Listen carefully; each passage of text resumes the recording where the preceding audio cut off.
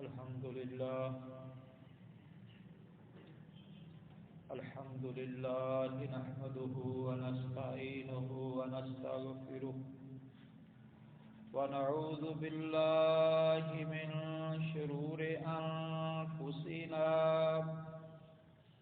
ومن سيئات أعمالنا من يهده الله فلا مضل له ومن يضلله فلا هادي له ونشهد أن لا إله إلا الله وحده لا شريك له ونشهد أن محمدا عبده ورسوله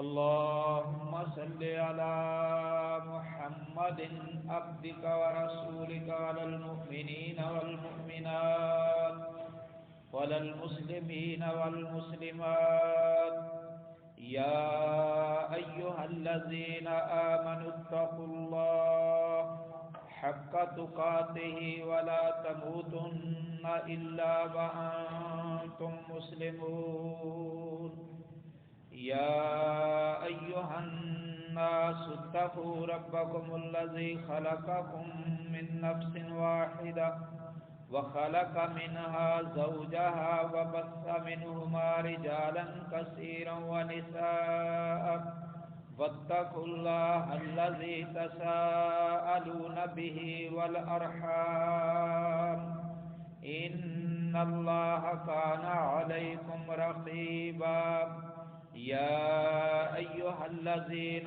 آمنوا اتقوا الله وقولوا قولا سديدا يصلح لكم أعمالكم ويغفر لكم ذنوبكم ومن يطع الله ورسوله فقد فاز فوزا عظيما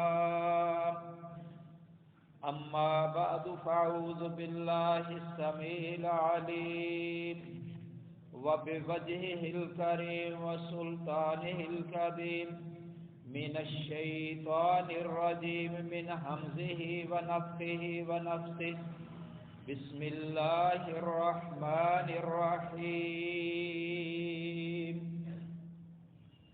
كنتم خير أمة أخرجت للناس تأمرون بالمعروف وتنهون عن المنكر وتؤمنون بالله وعن حذيفة رضي الله تعالى عنه قال قال رسول الله صلى الله عليه وسلم والذي نفسي بيده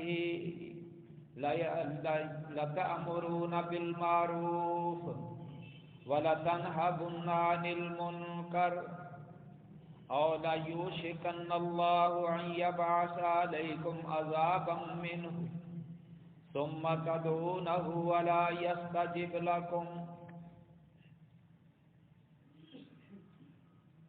ہر قسم کی حمد و ثنا بڑائی اللہ وحدہ لا شریک کی ذات کے لیے ہے جس نے یہ ساری کائنات بنائی اور ساری کائنات میں سے سب سے اعلیٰ عرفہ شکل و صورت ہم انسانوں کو عطا فرمائی. پھر اللہ کے احسانات میں سے سب سے بڑا احسان یہ ہے کہ اس نے صرف انسان ہی نہیں بنایا بلکہ ہمیں مسلمان بنایا ہے. اپنے آخر الزمان پیغمبر حضرت محمد صلی اللہ علیہ وسلم کی امت میں پیدا فرمایا ہے جس کے بارے میں اللہ تبارک و تعالی نے یہ بشارت بیان فرمائی کہ کنتم خیر امت، تم بہترین امت ہو. اور بہترین امت کے آگے اللہ تبارک و تعالی نے اوصاف بیان فرمائے. اخرجت للناس کہ تمہیں پیدا ہی لوگوں کی رہنمائی کے لیے پیدا کیا گیا ہے. تأمرون بالمعروف، تم نیکی کا حکم کرتے ہو. وتنہون عن المنکر، اور برائی سے منع کرتے ہو، وَتُؤْمِنُونَ بِاللَّهِ اور تم اللہ کے اوپر ایمان رکھتے ہو۔ یہاں اللہ تبارک و تعالیٰ نے اس آیت کے اندر، سورہ آل عمران کی آیت کے اندر ذرا ترتیب کو تبدیل کیا۔ سب سے پہلے ایمان کو آنا چاہیے اور ایمان ہی بیس ہے، لیکن اس آیت کے اندر اللہ نے پہلے ڈیوٹی بیان فرمائی اور پھر ایمان کو بیان کیا۔ اشارہ اس طرف ہے کہ اگر تم ایمان والے بننا چاہتے ہو تو یہ صفت اپنا لو، تمہارا شمار ایمان والوں میں ہو جائے گا۔ سورہ انعام کی 82 نمبر آیت مبارکہ میں اللہ تبارک و تعالیٰ نے ایمان کے اوپر 2 بشارتیں بیان فرمائی ہیں۔ الذین آمنوا ولم یلبسوا ایمانہم بظلم اولئک لہم الامن وہم مہتدون، کہ جو لوگ ایمان لے آئے اور انہوں نے ایمان کے اندر ظلم کی یعنی شرک کی اپنے ایمان کے اندر ملاوٹ نہیں ہونے دی، اولئک لہم الامن، دنیا کی زندگی کے اندر امن، سلامتی، کامیابی، کامرانی ان کا مقدر بنے گی، وہم مہتدون، اور وہی لوگ ہدایت پانے والے، جنت میں جانے والے قرار پائیں گے۔ تو ایمان جو ہے یہ سب سے بڑا تحفہ ہے۔ ایمان کی بنیاد پہ بندے کے اعمال قبول ہوتے ہیں۔ ابھی ہم جمعے کے لیے حاضر ہوئے ہیں، سب کو برابر اجر نہیں دیا جائے گا۔ جتنا ایمان زیادہ مضبوط ہوگا اتنی ہی نیکیاں زیادہ بنے گی، اور نیکیوں کا وزن تو بنتا ہی ایمان کی بنیاد پہ۔ اور یہ جتنی بھی عبادات ہیں یہ ایمان کی آبیاری کے لیے، ایمان کو مضبوط کرنے کے لیے، ایمان کا گراف اپ کرنے کے لیے ساری عبادات ہیں۔ ایمان اور تقوی کا گہرا تعلق ہے، جتنا بندہ متقی بنتا جائے گا اتنا اس کا ایمان بڑھتا جائے گا۔ تو میرے بھائیوں، ایمان پرکھنے کے لیے بہت بڑی کسوٹی جو اللہ کے نبی صلی اللہ علیہ وسلم نے بیان فرمائی ہے، امام مسلم رحمۃ اللہ علیہ نے اس کو کتاب الایمان کے اندر نقل فرمایا ہے کہ من رأى منکم منکرا فلیغیرہ بیدہ، کہ اے گریڈ کا جو مومن ہے اس کی صفت یہ ہے کہ جب وہ کوئی غیر شرعی کام دیکھتا ہے تو اس کا خون کھولنا شروع ہو جاتا ہے، پھر وہ ہاتھ سے اس برائی کو نیکی میں تبدیل کرنے کی کوشش کرتا ہے کہ میں زندہ ہوں اور اللہ کے قرآن کی مخالفت چل رہی ہے، میں زندہ ہوں، اللہ کے محبوب پیغمبر کی سنت کی تذلیل ہو رہی ہے، تو وہ ہاتھ کے ساتھ برائی کو روکنے کی کوشش کرتا ہے۔ فَإِن لَّمْ يَسْتَطِعْ، اگر اس کی ایمان کمزور ہے، اتنی طاقت نہیں ہے، اتنا ایمان قوی نہیں ہے، یہ اے گریڈ کا مومن جو ہے اس کی مثال بیان فرمائی گئی۔ فَإِن لَّمْ يَسْتَطِعْ، اگر اتنی طاقت، اتنا مضبوط ایمان نہیں ہے، فَبِلِسَانِهِ، تو کم از کم زبان سے اس برائی کی تردید بیان کرے، اس بھائی کو سمجھائے کہ بھائی دیکھ اللہ کے عذاب کو دعوت نہ دے اور اس برائی سے باز آ جا۔ اگر اتنا بھی ایمان کبھی نہیں ہے، فَإِن لَّمْ يَسْتَطِعْ فَبِقَلْبِهِ، تو کم از کم دل سے برائی کو برا جانے، اس کے چہرے کے تاثرات جن کے اندر یہ کمی ہے، کوتاہی ہے، برائی ہے، وہ اس کے چہرے کے تاثرات سے ججمنٹ کریں کہ یہ بیان تو کچھ نہیں کر رہا لیکن ہمارے اس عمل کی وجہ سے یہ کڑ رہا ہے، اس کا چہرہ متغیر ہو گیا ہے، یہ ناپسند کرتا ہے۔ وَذَلِكَ أَضْعَفُ الْإِيمَانِ، یہ ایمان کی کمزور ترین علامت ہے۔ اور اگلی حدیث کے اندر امام مسلم رحمۃ اللہ علیہ جو نقل فرماتے ہیں اللہ کے نبی صلی اللہ علیہ وسلم نے فرمایا وَلَيْسَ وَرَاءَ ذَلِكَ حَبَّةٌ خَرْدَلٍ مِّنَ الْإِيمَانِ، اگر اس کے اندر یہ بھی علامت نہیں کہ دل سے برائی کو برا جان رہے، تو پھر اس کے سینے کے اندر رائی کے برابر ایمان موجود نہیں۔ میرے بھائیوں، یہاں تک جو دین پہنچا ہے صحابہ کی قربانیوں کے ساتھ پہنچا ہے۔ آج ہمارے پاس بنسبت ان کے بظاہر مادی سورسز اور نعمتیں اللہ کی زیادہ ہیں، ان کے پاس اتنی نعمتیں نہیں تھیں، لیکن وہ اپنی زندگی کا مقصد جو ہے نا وہ غلبہ دین کو قرار دیتے تھے، اور نارمل نہیں، ہر صحابی خود اپنے آپ کو پیش کرتا تھا کہ میں دین کی کیا خدمت کر سکتا ہوں۔ وہ لوگ جن کے پاس عذر تھا وہ بھی کردار ادا کرتے ہوئے نظر آتے ہیں۔ حجۃ الوداع کے موقع پہ 1,44,000 صحابہ کی جماعت تھی۔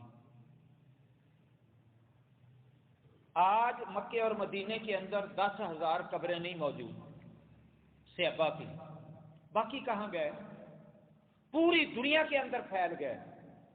وہ ذمہ داری سمجھتے تھے کہ غلبہ دین کے اندر اپنا کردار ادا کرنا، دعوت و جہاد میں اپنا کردار ادا کرنا میری اصل ڈیوٹی ہے، باقی ضروریات۔ پوری دنیا کے اندر صحابہ کی قبریں بنی، اور 90,000 صحابہ اس دین کی آبیاری کے لیے اور یہ ثابت کرنے کے لیے کہ میرا ایمان قیمتی ہے، جان قیمتی نہیں ہے۔ تو اللہ کے اوپر ایمان لانا اور اس کو ثابت کرنا، تو اس کی ایک کسوٹی بہت بڑی میں نے آپ کے سامنے حدیث کی روح سے بیان کی ہے۔ ہمارے پاس بظاہر مادی سورسز زیادہ ہیں، لیکن آج امت مسلمہ کی جو سب سے بڑی کمی اور کوتاہی ہے وہ دینی امور کو اپنی ڈیوٹی نہیں سمجھتے۔ صحابہ میں سے جن کے پاس عذر تھا، لیس علی الاعمى حرج وعلی الاعرج حرج وعلی المریض حرج، کہ اگر تم میں سے کوئی نبینہ ہے تو اس کے اوپر فرض نہیں ہے کہ وہ ضرور غلبہ دین کے لیے زندگی کو وقف کرے، اگر لنگڑا ہے تو اس کے لیے بھی نہیں، اگر دائمی مریض ہے تو اس کے لیے بھی نہیں۔ لیکن دیکھو کائنات کے محبوب پیغمبر حضرت محمد صلی اللہ علیہ وسلم کی جماعت میں سے جن کی ذہن سازی اللہ کے محبوب پیغمبر نے کی تھی، ان میں سے جو معذور عذر والے لوگ تھے غلبہ دین میں ان کا کردار کیا تھا، میرا کردار کیا ہے؟ نبینہ ہے، اجازت طلب کرتا ہے، لیکن اللہ کے نبی صلی اللہ علیہ وسلم نے اس کا عذر دیکھ کے کہ مدینہ کے باہر گھر ہے، لانے والا کوئی نہیں، عشاء کی فجر کی نماز گھر پہ ادا کر لوں، اجازت دے دی۔ لیکن بعد میں امر ربی پوچھا کہ کیا اذان سنتے ہو؟ کہنے لگے اذان تو میں سنتا ہوں۔ عبداللہ بن ام مکتوم رضی اللہ تعالیٰ عنہ کہا پھر مسجد میں آنا پڑے گا۔ ہم بھی آتے ہیں نا، تنقید تو کر سکتے ہیں، صفے سیدھی نہیں، صفائی نہیں، یہ نہیں وہ نہیں، کبھی یہ ہمارے ذہن میں بھی نہیں آیا کہ یہ اللہ کا گھر ہے اور یہ جنتی باغیچہ ہے، میں نے یہاں پہ کوئی کردار ادا کرنا، چلو صفائی کر دوں کچھ۔ لیکن عذر والا جس کے اوپر دعوت دین کا کام فرض نہیں ہے، اللہ نے ان کو چھٹی دی۔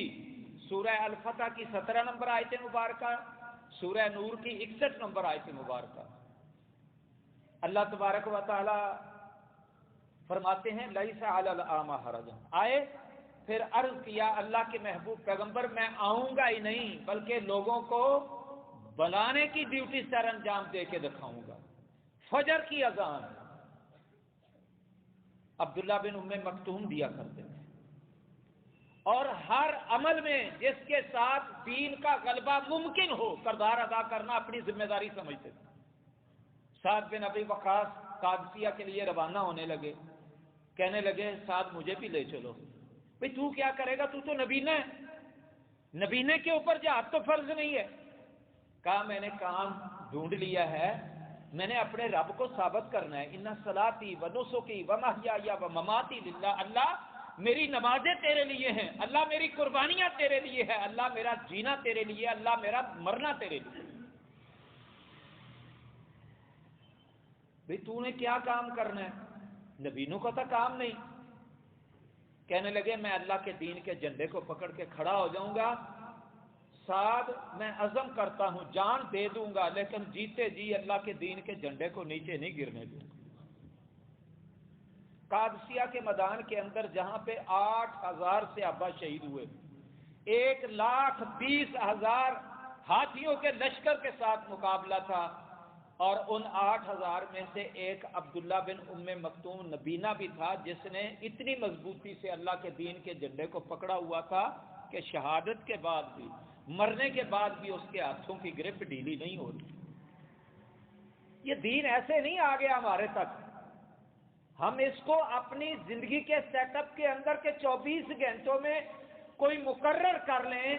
زیادہ سے زیادہ ہم جمعے کے نمازی ہیں، اللہ ماشاء اللہ جو 5 وقت نماز پڑھتے ہیں، اور اکثر مسجدیں کھچا کھچ بھری ہوں گی جمعے کے دن، اور عصر کے وقت حی علی الصلاۃ حی علی الفلاح کا آوازہ بلند ہوگا، ہم سوری کریں گے، جمعہ آئے گا ہم بھی آ جائیں گے.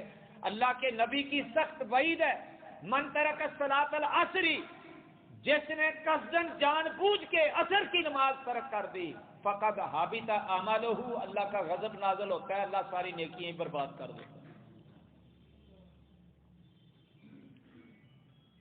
تو میرے بھائیوں، لنگڑا سے ابھی دیکھو بڑی مشکل سے اجازت لی، اور جب مشکلات آڑا وقت آیا سینہ تان کے کھڑا ہے.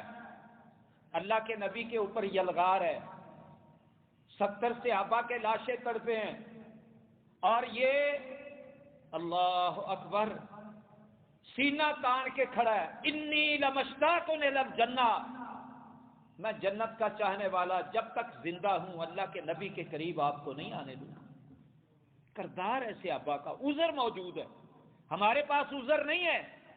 عذر نہ ہونے کے باوجود ہمارے ذہن میں کبھی بات نہیں آئی کہ کوئی میری بھی ذمہ داری، میں بھی اللہ نے مجھے بہترین امت میں پیدا کیا، اور بہتر بننے کے لیے نیکی کا حکم دینا، برائی سے منع کرنا، کم از کم دعوت کے لیے اپنی زندگی کو وقف کرنا ہمارے اوپر فرض ہے.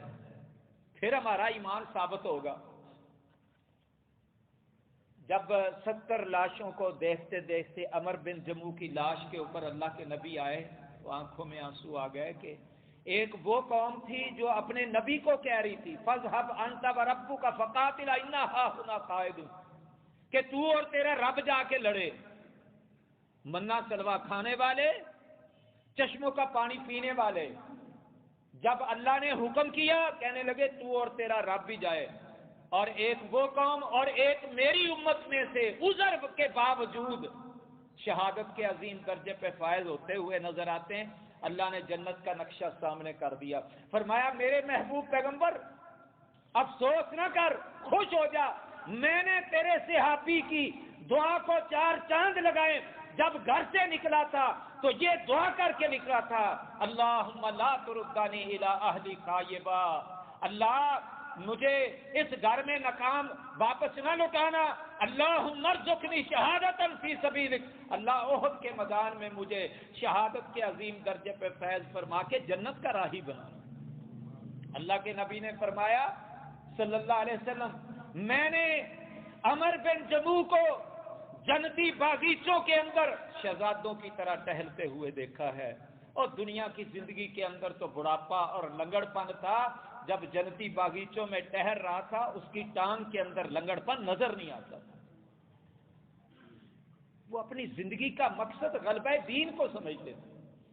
ہمیں کہہ دیا جائے کہ اس محلے میں آپ نے سلاد کمیٹی میں شامل ہو کے جو ہے نا آپ نے خدمت کا کام کرنا ہے، آپ نے ان کو نماز کی دعوت دینی. اللہ کے نبی صلی اللہ علیہ وسلم یہودی کے بچے کے پاس تیمارداری کے لیے گئے اور اس کو دعوت دے رہے ہیں. ٹارگٹ کیا ہے کہ یہ جہنم کے ایندھن سے بچ کے جنت کا راہی بن جائے. باپ کہتا ہے ابو قاسم جو کہتا ہے کہہ دے، ادھر کلمہ پڑا ادھر جان نکل گئی. صحابہ کو کہا یہ تمہارا بھائی ہے، کفن دفن کا انتظام کرو. پریشان عورت کو دیکھا، گٹھڑی اٹھا لی، سارے رستے میں وہ ملامتیں کرتی ہے کہ جادوگر آ گیا، اس نے جادو کر دیا، باپ کو بیٹے کے ساتھ الجھا دیا، بیٹے کو باپ کے ساتھ لڑا دیا، قبیلے کو توڑ پھوڑ کے معاشرے کا ستیہ ناش کر دیا.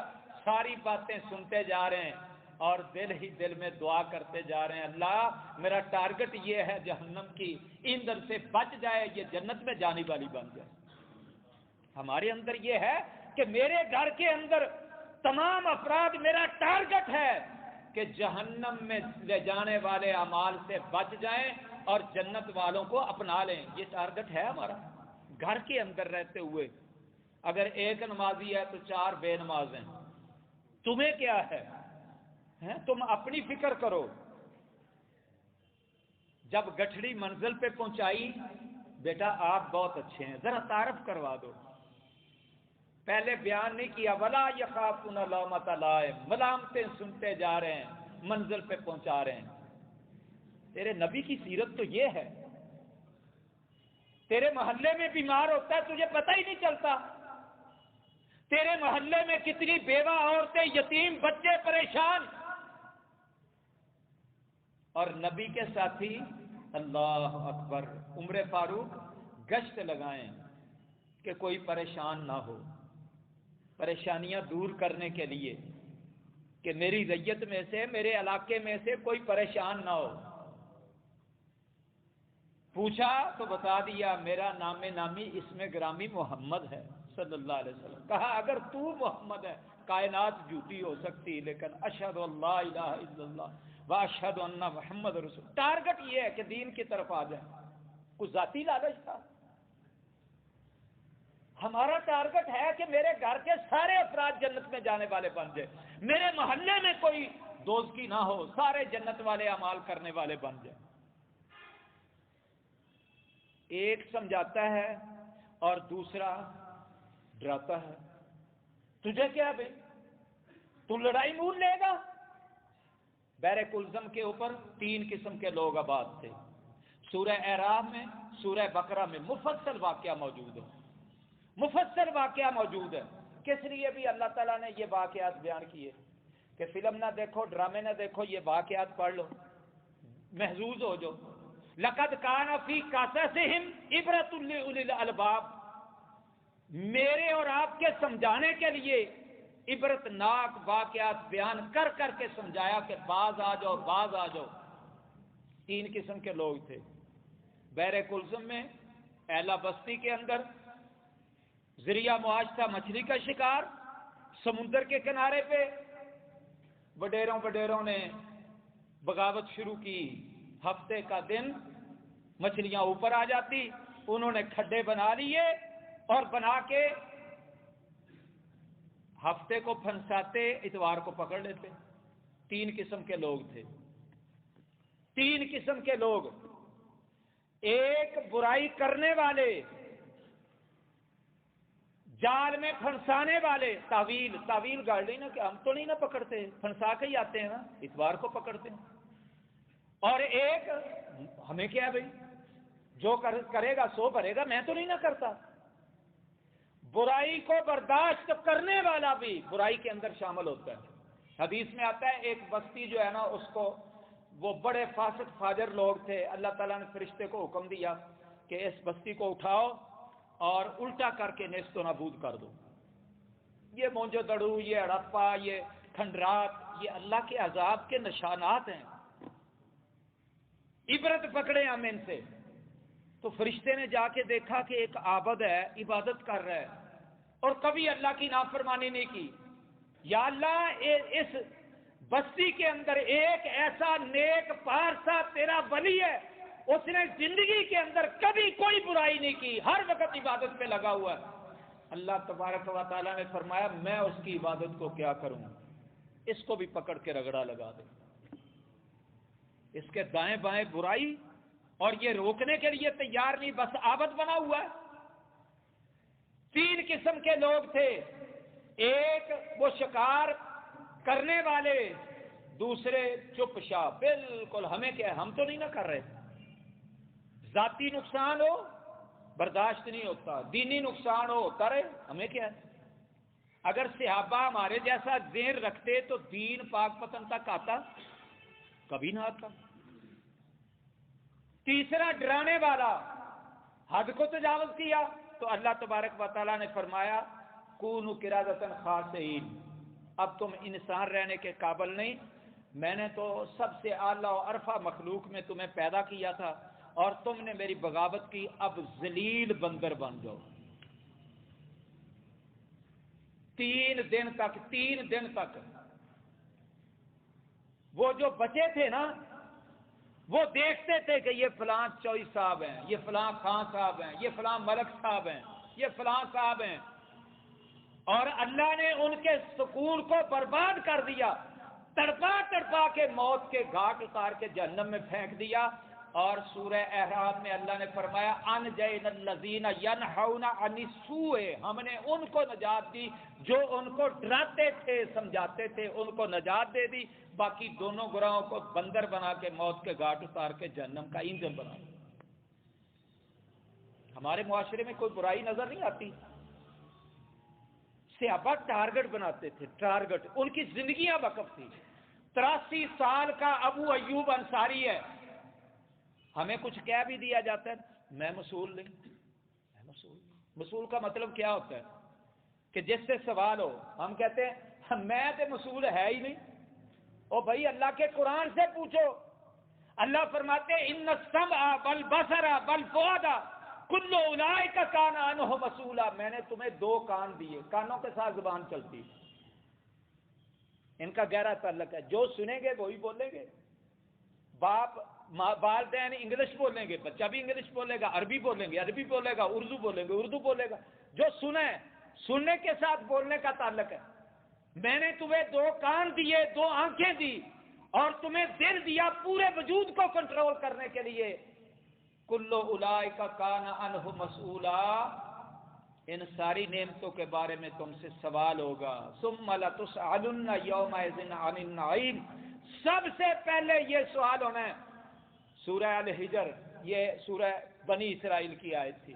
سورہ الحجر میں فرمایا فوربک، میرے محبوب پیغمبر تیرے رب کی قسم، لنسألنہم اجمعین، اللہ ان سب سے سوال کرنے والا ہے، اما کانوا یعملون، بتاؤ کیا کر کے آئے ہو، جو کیا سو کیا، بتاؤ میرے دین کے لیے کیا کیا۔ سب سے پہلے بخاری کی حدیث ہے، ہر مرد اور عورت کو اللہ اپنے دربار میں کھڑا کر کے پوچھے گا میں نے تجھے جوانی دی، بتا کس مشن پہ کھپا کے آیا ہے یا آئی ہے۔ نفسا نفسی کا عالم ہوگا، کوئی ترجمان نہیں ہوگا۔ اللہ کے دربار میں بندے کی زندگی یا نمبر دے کے جنت کا ٹکٹ بنا کے دائیں ہاتھ میں تھما دی جائے گی، اور اللہم اجعل منہ، اللہ ہمارا دائیں ہاتھ والوں میں شمار فرما دے، اور جس کو دائیں ہاتھ میں اس کی زندگی کی کتاب ملے گی لوگوں کو دکھائے گا، اور دیکھو میں نے زندگی بسر کی تھی، اللہ نے آج اس میری زندگی کی کتاب کو جنت کا ٹکٹ بنا کے میرے دائیں ہاتھ میں تھما دیا۔ اچھا، بغیر امتحانوں کے نمبر ملتے ہیں ہمیں؟ تو ہم تو امتحان کا نام ہی سن کے پریشان ہو جاتے ہیں۔ 83 سال کا بوڑھا، ان کا ٹارگٹ تھا۔ عورتیں ہیں تو وہ بھی، ان کا بھی بہت بڑا کردار ہے۔ سب سے پہلی قربانی جو ہے نا سیدہ سمیہ رضی اللہ تعالیٰ عنہ دی، جسم کے 2 ٹکڑے کروا لیے، ایک لمحے کے لیے دین سے روگردانی اختیار کرنا برداشت نہیں۔ اور آڑے وقت میں اچھا بھئی عورتوں کے اوپر جہاد فرض ہوتا ہے، باقی امور دعوت میں تو ان کی زندگیاں وقف تھی، لیکن عورت کے لیے جہاد فرض نہیں، وہ بھی اصرار کرتی تھی اللہ کے نبی ہمیں ساتھ لے کے چلو۔ بھی تم کیا کرو گی؟ ہم دور سے پانی لے کے آئیں گی، مجاہدین کے جو ہے نا کھانے تیار کریں گی، ہم اگر کوئی زخمی ہو گیا تو اس کو اٹھا کے لائیں گی، مرم پٹی کریں گی۔ جب آڑا وقت ہوتا تھا حنین میں، جب صحابہ کے قدم اکھڑ گئے، تھوڑا سا انا کا مسئلہ آ گیا نا، آج تعداد میں زیادہ ہیں، ہم نے چھکے چھڑا دیے، یہ اللہ نے کہا ذرا ٹھہر کے تو دکھاؤ چھکے تم نے چھڑائے کہ میرے فرشتے نازل ہو کے انہوں نے تمہاری مدد کی؟ قدم اکھڑے اور خیموں کی چوبیں لے کے نکلی، یا صاحب الثمرہ، اور درخت کے نیچے نبی کے ہاتھ کے اوپر موت کی بیعت کرنے والوں، آج نبی حنین کے میدان میں اکیلا ڈٹا ہوا ہے اور تم دوڑ رہے ہو۔ یہ صحابیات کا کردار ہے۔ یا صاحب الثمرہ، یا صاحب الانصار، انصاریوں تم نے تو نبی کی عظمت کے اوپر کٹ مرنے کا عزم کیا تھا، آج نبی اکیلا ڈٹا ہوا ہے اور تم میدان چھوڑ کے دوڑ رہے ہو۔ صحابیات کا کردار ہے۔ سعد بن ابی وقاص جو ہے نا، اس کی کمان میں ایک جگہ پہ لشکر ہے، تو خالد بن ولید کو بھیجا، کہ سی آئی ڈی لے کے آؤ، رومیوں کے گھیرے میں آ گئے۔ ایک صحابی دوڑا جا کے کہتا ہے کہ خالد بن ولید اور اس کے ساتھی جو ہیں وہ رومیوں کے گھیرے میں آ گئے۔ انہوں نے کہا، خالد بن ولید نے کہا پشتیں ملا لو، آخری دم تک لڑنے کے لیے تیار ہو، جو شہادتیں قبول کر لیں گے لیکن گرفتاری قبول نہیں کرنی۔ ابھی جا کے قافلے جہاں پڑاؤ کیا ہوا تھا ادھر جا کے پیغام ملا تو ایک پردہ نشیش شاہ سوار دوڑتا ہے، گھوڑے کو دوڑاتا ہے، آگے وہ پیچھے سعد بن ابی وقاص۔ اس نے کہا کون ہے تو؟ جواب نہیں ملتا۔ کہا اگر تو مومن ہے تو میں مومنوں کا امیر تمہیں حکم کرتا ہوں، اپنا تعارف تو کرواؤ۔ تھوڑا سا گھوڑے کو ایسا کیا، کہا میں مرد نہیں میں عورت۔ سب سے پہلے جا کے 7 رومیوں کو واصل جہنم کیا اور گھیرے کو توڑا۔ جب واپس ہونے لگی تو خالد بن ولید پوچھتے ہیں کہ بھائی آپ پردہ نشیش شاہ سوار، تو نے بڑا جو ہے نا اپنی جوانی کے جوہر دکھائے، اپنا تعارف تو کروا۔ کہا میں کوئی غیر نہیں ہوں، میں تیری بیوی ام تمیم ہوں جس کی گھر کے اندر تو جہادی تربیت کیا کرتا تھا۔ آج مسلمانوں کی جان کو خطرہ تھا اور میں نے یہ ججمنٹ کیا کہ اگر مسلمانوں کی تاخیر کی وجہ سے کوئی مسلمان شہید نہ ہو جائے، آج تو چھپکلی نکل آئے تو ہماری عورت جو ہے گھر سے باہر دوڑنا شروع کرتی۔ صحابیات کا بھی کردار۔ 83 سال کا بوڑھا ہجرت کر کے آ رہے تھے نا، تو یہ دل میں تمنا لے کے دعائیں کر رہا تھا، کاش آج میں بھی کوئی بڑا ہوتا، اللہ کے نبی کا میرے ہاں بسیرا ہوتا۔ تو اللہ تعالیٰ نے فرمایا میرے محبوب پیغمبر اونٹنی کی مہار چھوڑ دے، جہاں پہ اونٹنی کا ڈیرا ہوگا وہاں تیرا بسیرا ہوگا۔ پورے مدینے کا چکر لگا کے ابو ایوب انصاری کے دروازے پہ بیٹھی، آپ نے اٹھایا پھر چلایا، پھر قریب آ کے بیٹھی۔ صحابہ نے بشارت دی کہ کائنات کے محبوب پیغمبر آپ کے مہمان اور آپ ان کے میزبان۔ آج 83 سال کا بوڑھا قسطنطنیہ کے مارکے کے لیے حیا علی الجہاد کا آوازہ بلند ہوا، بیٹے تیاری میں مگن ہے، کم سنائی دیتا ہے، کم دکھائی دیتا ہے۔ بیٹوں سے پوچھتا ہے بیٹا آج کوئی خوشی کا سما نظر آ رہا ہے، وجہ کیا ہے؟ کہنے لگے قسطنطنیہ کے لیے حیا علی الجہاد کا آوازہ بلند ہوا۔ فرمایا جہزونی، میری تلوار اتارو، اس کی دھار کو تیز کرو، میرے گھوڑے کے اوپر پران رکھو، میں بھی مارکے کے لیے جاؤں گا۔ کہا ابا جی آپ بیمار ہیں، کم سنائی دیتا ہے، کم دکھائی دیتا ہے، آپ نے اللہ کے نبی کے دور میں جنگوں میں شرکت کی، پھر ابو بکر صدیق خلفائے راشدین کے دور میں پوری زندگی وقف تھی، اب آپ بوڑھے ہو چکے ہیں۔ وعلی المریض حرجن، اللہ نے آپ کے عذر کو قبول کرتے ہوئے سند کے طور پہ آیت نازل فرمائی کہ اگر کوئی مریض ہے تو اس کے لیے۔ کہنے لگے جب میں قرآن پڑھتا ہوں انفروا خفافا وثقالا وجاہدوا باموالکم وانفسکم ذالکم خیر لکم ان کنتم تعلمون، میرا ضمیر مجھے ملامت کرتا ہے کہ ایوب تجھے موت آئے تو یا سفر جہاد میں یا میدان قتال میں موت آئے، کہیں تجھے گھر کے اندر موت نہ آ جائے۔ ہم گھر کو چھوڑنا پسند نہیں کرتے تھے، وہ گھر کے اندر مرنا پسند نہیں کرتے تھے۔ یہ نبی کی جماعت ہے، ہم کس کی جماعت ہے؟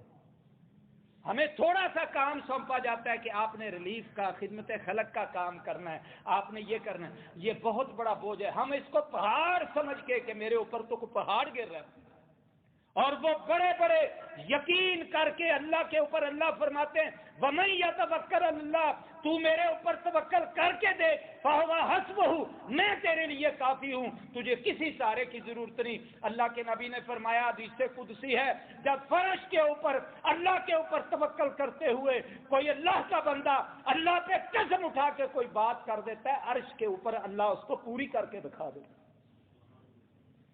بڑے بڑے ٹارگٹ لیے صحابہ نے، بلکہ میں نارمل صحابہ کی بات نہیں کرتا، میں عذر والے صحابہ کی، چھوٹے چھوٹے بچے ہیں، اللہ کے نبی اجازت نہیں دے رہے، اللہ کے نبی کہہ رہے ہیں آپ بچے ہو، نہیں، ایڑیاں اٹھا کے کہتا ہے میرا قد بڑا ہے، میں تو بڑا ہو چکا ہوں، اس کو اجازت ملتی ہے۔ دوسرا کہتا ہے اللہ کے نبی قد اس کا بڑا ہے، قوت میرے پاس زیادہ ہے، اللہ کے نبی اگر اس کو اجازت ملی ہے تو مجھے بھی اجازت ملنی چاہیے۔ عبد الرحمن بن عوف کہتے ہیں کہ جب ہم بدر میں کھڑے تھے تو میرے دائیں سائیڈ پہ بھی بچہ، بائیں پہ بھی، میں نے کہا مزہ نہیں آئے گا، اور بچہ ہاتھ مار کے کہتا ہے یا امیں اینا ابا جہل، ابو جہل کون ہے؟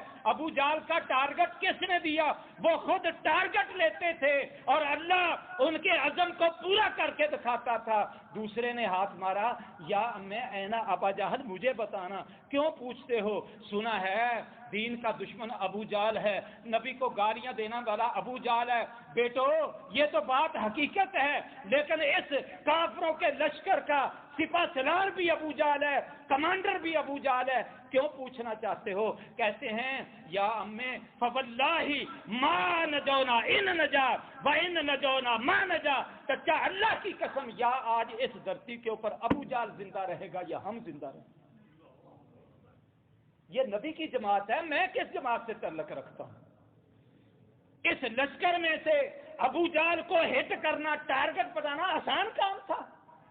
مسلم کی حدیث ہے اے گریڈ کا مومن تارا علیہ یبتغی القتل والموت مزانا، جب جنگ شروع ہوئی شاہی کی طرح جپتے، چھوٹی چھوٹی تلواریں ہیں، بچپنا ہے، اور پنڈلیوں اور تخنوں کے اوپر مار مار کو گرانے والے ماذ اور محبت چھوٹے چھوٹے بچے ہٹ کرتے ہیں۔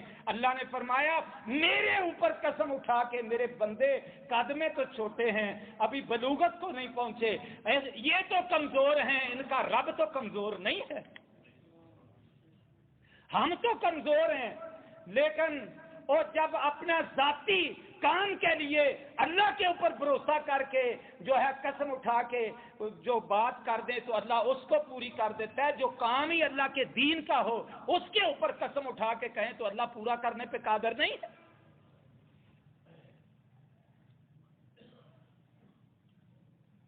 میرے تجزیے کے مطابق 80 سے 90% امت میں سے ایسے افراد ہیں جن کو بنیادی مسئلہ طہارت اس کا علم نہیں ہے۔ 90% عورتیں ایسی ہیں، اس سے بھی زیادہ شاید ہوں، 90% سے بھی زیادہ ایسی عورتیں جن کو پاکی نپاکی کا علم نہیں ہے، طہارت کے مسائل کا علم نہیں۔ مجھے یہ بتاؤ کیا کوئی فرشتہ آئے گا یا آسمان سے کوئی حور اترے گی جو ان کو یہ مسائل بتائے گی؟ ہماری تو ذمہ داری نہیں ہے۔ ساری خرید و فروخت کی ذمہ داری عورتیں اپنے سر پہ لے لیتی، لیکن دین کے بارے میں چند منٹ وقف کرنا پسند نہیں کرتی۔ ساری دنیا کے بوجھ اٹھانے کے لیے، بچوں کی ڈیمانڈیں پوری کرنا، بیویوں کے نخرے پورے کرنے کے لیے ہماری زندگیاں وقف ہیں۔ اس دنیا کی دوڑ نے ہمیں برباد کر دیا ہے۔ اللہ کے نبی نے فرمایا تائس عبد الدینار والدرہم والقطیفہ، ہلاک ہو گیا درہم و دینار، روپے پیسے اور اچھے لباس کا بندہ، ان اوتیا رضیا، جب مال ملتا ہے راضی ہوتا ہے، وَإِن لَّمْ يُؤْتَ لَمْ يَرْضَى، جب کوئی مشکل کی گھڑی آتی ہے اللہ کے شکوے کرنا شروع کر دے، برباد ہوگی ساری۔ مسلم کی حدیث ہے اللہ کے نبی نے فرمایا مجھے قید سالی سے برباد ہونے کا اندیشہ نہیں اپنی امت کا، یہ اسی طرح دنیا کی دوڑ میں لگ جائیں گے اور دنیا ان کو اس طرح برباد کر دے گی جس طرح پہلی قوموں کو ہلاک اور برباد کیا۔ آج ہمارا ٹارگٹ دین کے امور نہیں ہے، دنیا کمانا، بینک بیلنس بڑھانا، دنیا میں اقتدار حاصل کر کے آگے نکل جانا، کسی اقتدار پہ فائز ہو جانا. اللہ کے نبی نے فرمایا برباد ہو گیا درہم و دینار. اور اچھے لباس کا بندہ جب اس کو ملتا ہے اقتدار پھر تکبر کرتا ہے, پھر اتراتا ہے, اور جب کوئی مشکل کے وقت آ جاتا ہے تو اللہ کے شکوے سناتا ہے. 83 سال کا بوڑھا گھوڑے کے اوپر سوار ہے, سچی محبت کرنے والا. ہم دعوے کرنے والے ہیں دین کے لیے. یہ جتنی مسجد کھچا کھچ بھری ہوئی ہے, کیا عصر کے وقت اتنے لوگ ہوں گے؟ ان میں سے 25% بھی 10% ہوں گے جو 5 وقت کے نمازی, باقی 90% بے نماز. جمعے میں گناہ بخشانے کے لیے آئے, عصر میں ساری نیکیاں برباد کر کے چلے گئے گھر کو. میں کہتا ہوں اللہ کے نبی نے فرمایا جو 5 وقت کی نماز نہیں پڑھتا, جمعہ پڑھتا ہے, اس کے گناہوں کا کفارہ بن جاتا ہے. جمعہ عصر کی نماز ترک کرتا ہے, اللہ تعالیٰ اس کی ساری نیکیاں برباد کر دیتا ہے. تجھے میں نے بلایا تو نہیں آیا, یہ کم جرم ہے کہ اللہ کی طرف سے آواز ہو کہ آؤ حی علی الصلاح حی علی الفلاح, کہ نہیں سوری جمعہ آئے گا ہم بھی آ جائیں گے. دائیں بائیں کی جب تمیز ہوتی تھی 7 سال کا صحابہ اور صحابیات انتظار نہیں کرتی تھی. جب دائیں بائیں کا ہوتی تھی تو اس وقت کہتے اس بچے کو اٹھانا ہے, عشاء کی نماز کا منظر دکھانا ہے, فجر کو پھر بیدار کرنا ہے, وضو کے بغیر کوئی اس سے ایک سجدہ کروانا ہے. اس کی زندگی جب اس نے ہوش سنبھالے اور اس کی زندگی کا حصہ بن جائے نماز, ہم کہتے ہیں سو جا بیٹا سو جا, صبح تو نے ٹیوشن پہ جانا ہے, صبح تو نے سکول جانا ہے. کبھی یہ نہیں توفیق ہوئی کہ بیٹا سو جا تو نے فجر کی نماز پڑھی. پھر کہتے پتہ نہیں کفر چڑھتا جا رہا ہے, دین گرتا جا رہا ہے, پتہ نہیں کیا ہو رہا ہے. ہم پھر بھولے پنچھی بن جاتے ہیں کہ ہمیں پتہ ہی نہیں کیا ہو رہا ہے. اللہ کی بغاوت کریں. سنو, میں ترمذی کتاب الفتن کی آپ کو حدیث سناتا ہوں. ہماری دعائیں قبول کیوں نہیں ہوتی؟ ہم کہتے ہیں پتہ نہیں کیا وجہ ہے, ہماری دعائیں, ہم تو بڑی دعائیں کرتے ہیں لیکن پتہ نہیں کہاں جا رہی میری دعائیں, کہ میں تو دعا کرتا ہوں, گڑ گڑاتا ہوں, آنسو بہاتا ہوں, اللہ کوئی دعا قبول ہی نہیں کرتا. ترمذی کتاب الفتن کے اندر والذی نفسی بیدہ, مجھے اس ذات کی قسم جس کے ہاتھ میں میں محمد کی جان, لتأمرون بالمعروف, ضرور میرے بعد نیکی کا حکم کرتے رہنا, ولا تنہون عن المنکر, اور ایک دوسرے کو برائی سے منع کرتے رہنا, اور لا یوشکن اللہ ان یبعث علیکم عذابا منہ, اگر تم نے یہ کام چھوڑ دیا پھر اللہ آسمان سے تمہارے اوپر عذاب نازل کرے گا. ثم تدعونہ, پھر تم کیسے ججمنٹ کرو گے کہ میں عذاب میں پھنسا ہوا ہوں؟ فرمایا تم ہاتھ اٹھاؤ گے, گڑ گڑاؤ گے, آنسو بہاؤ گے, ولا یستجب لکم, اللہ تمہاری اس خامی کی وجہ سے کوئی دعا قبول ہی نہیں کرے گا. ہمارے اندر یہ خامی موجود ہے یا نہیں؟ تو پھر آج سچی توبہ کرتے ہیں کہ انشاءاللہ نیکی کا حکم کرنے کے لیے زندگی وقف کروں گا اور برائی سے منع کرنے کے لیے. سنو, آخری جو ہے بات جو ہے نا, ابو ایوب انصاری قسطنطنیہ میں جا رہے ہیں, رستے میں بیمار ہو گئے, شدت اختیار کی بیماری نے اور موت کی کشمکش میں سپہ سالار بھی آ گئے, بیٹا بھی آ گیا. پوچھنے لگے یہی تو اندیشہ تھا, اب جہادی سفر کریں یا کفن دفن میں لگیں؟ کہا سنو میری آخری وصیت سنو, اگر اس سفر جہاد میں مجھے موت آ جائے, مجھے رستے میں دفن کر کے آگے نہ نکل جانا, بلکہ اس منزل تک میری لاش کو پہنچانا جس منزل کی بشارت کائنات کے محبوب پیغمبر نے دی. ان ابواب الجنت تحت ظلال السیوف, کہ جنت کے دروازے تلواروں کے سائے کے تلے ہیں. جہاں کفر اور اسلام کی تلواریں ٹکرائیں, جنت کے دروازے کھلیں, میں مر جاؤں سفر جہاد میں, میری لاش کو اس منزل تک پہنچانا. کل اللہ, میں ابو ایوب سے اللہ جب حساب لے گا یہ تو کہہ سکوں گا اللہ زندگی تیرے دین کے لیے وقف تھی, اور مرنے کے بعد میرا لاشا بھی جہادی سفر کرتے ہوئے تیری خدمت میں حاضر. یہ وہ جماعت ہے جس کی تربیت اللہ کے نبی نے فرمائی. اگر ہم بھی نبی کی جماعت سے تعلق رکھنے والے ہیں تو پھر اللہ تبارک و تعالیٰ نے وہ صفت بیان فرمائی، کنتم خیر امت اخرجت للناس، بہترین امت کی صفتیں اپنانی چاہیے نا. تم بہترین امت ہو، امتوں کی سردار امت ہو، تم نبیوں اور پیغمبروں اور رسولوں کا مشن لے کے چلنے والے ہو. تأمرون بالمعروف، تم نیکی کا حکم کرنے والے ہو، وتنہون عن المنکر، اور برائی سے منع کرنے والے ہو، وتؤمنون باللہ، اور تم اللہ کے اوپر ایمان لانے والے ہو. تو اللہ تبارک و تعالی ہم سب کو اپنے دین کی سربلندی کے امور کے لیے پسند فرما لیں. اللہ کے نبی ام سلمہ رضی اللہ تعالیٰ عنہا بیان فرماتی ہیں کہ اللہ کے نبی کثرت سے یہ دعا کیا کرتے تھے، یا مقلب القلوب ثبت قلبی علی دینک، او دلوں کے پھیرنے والے میرے دل کو دین کے اوپر استقامت نصیب فرما. ہمیں بھی یہ دعا کرنی چاہیے، یا مقلب القلوب ثبت قلبی علی دینک، اللہ مجھے خیر کا دروازہ بنا دے، مجھ سے اپنے دین کا کام لے لے، مجھے دین کے اوپر استقامت عطا فرما دے، اللہ میرا خاتمہ دین کے اوپر فرما دے، اگلی منزلیں آسان فرما دے. وما علینا الا البلاغ المبین.